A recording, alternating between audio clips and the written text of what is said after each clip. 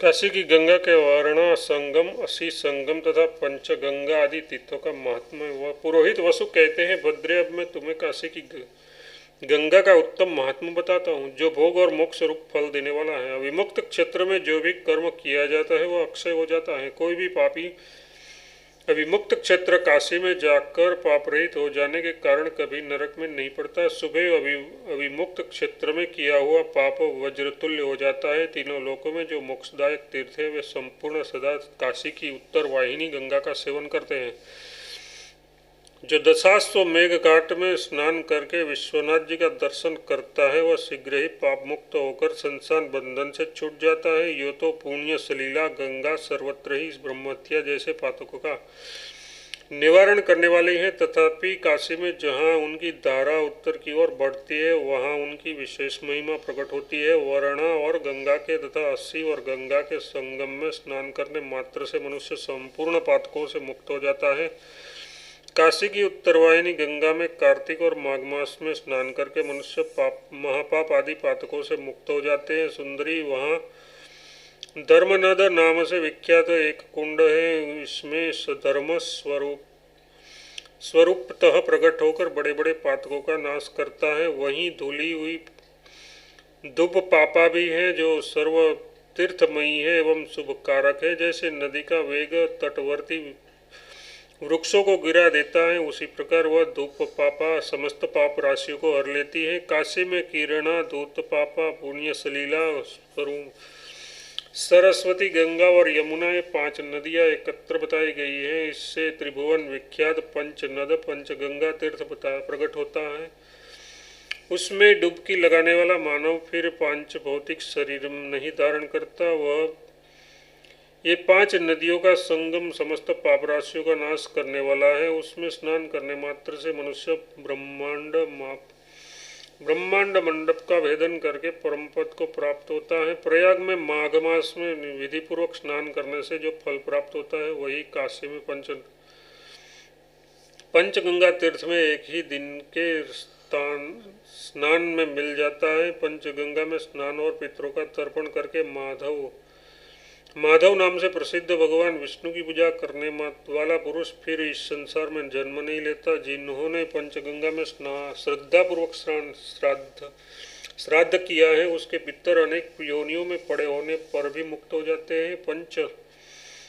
पंचनद तीर्थ में श्राद्ध कर्म की महिमा का प्रत्यक्ष दर्शन करके यमलोक में पितृलोग ये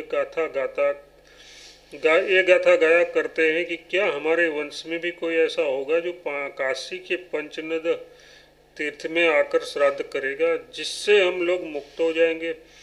पंचनद तीर्थ में जो कुछ धन दान किया जाता है कल्प के अंत तक उसके पुण्य का क्षय नहीं होता। वंध्या स्त्री भी 1 वर्ष तक पंचगंगा तीर्थ में स्नान करे, यदि मंगला गौरी का वह पूजन करे तो वह अवश्य ही पुत्र को जन्म देती है। वस्त्र से छाने हुए पंचगंगा के पवित्र जल से यहाँ दिक्श्रुता देवी को स्नान कराकर मनुष्य महान फल का भागी होता है। पंचामृत के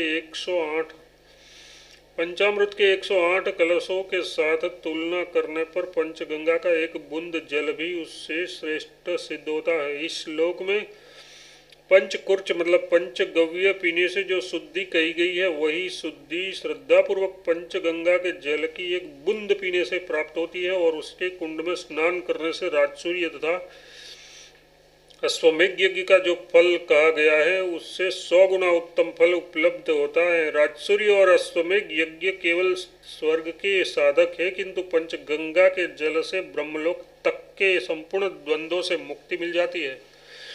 सत्य युग में वह धर्मनद के नाम से प्रसिद्ध हुआ। त्रेता में उसी का नाम दूत पापा हुआ। द्वापर में उसे विंदु तीर्थ कहा जाने लगा और कलयुग में पंचनद के नाम से उसकी ख्याति होती है। पंचनद तीर्थ धर्म, अर्थ, काम और मोक्ष इन चारों पुरुषार्थ का शुभ आश्रय है। उसकी अत्यंत महिमा का कोई भी वर्णन नहीं कर सकता। भद्रे, इस प्रकार मैंने तुम्हें काशी का उत्तम महात्मा बताया है। वह मनुष्यों के लिए सुखद मोक्षप्रद तथा बड़े बड़े पातकों का नाश करने वाला है। महापातकी की महापातकी एवं उत्पातकी मानव भी अविमुक्त क्षेत्र के इस महात्म्य को सुनकर शुद्ध हो जाता है। ब्राह्मण उसको सुनने और पढ़ने से वेदों का विद्वान ब्राह्मण इसको सुनने और पढ़ने से वेदों का विद्वान होता है। क्षत्रिय युद्ध में विजय पाता है, वैश्य धन संपत्ति से भरपूर होता है और शूद्र को वैष्णव